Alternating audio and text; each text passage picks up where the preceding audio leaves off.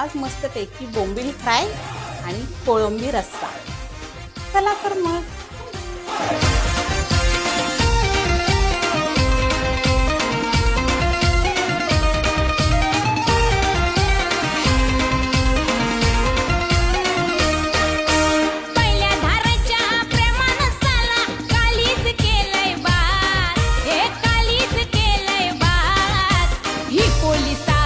तुपातली तिला म्हावऱ्यात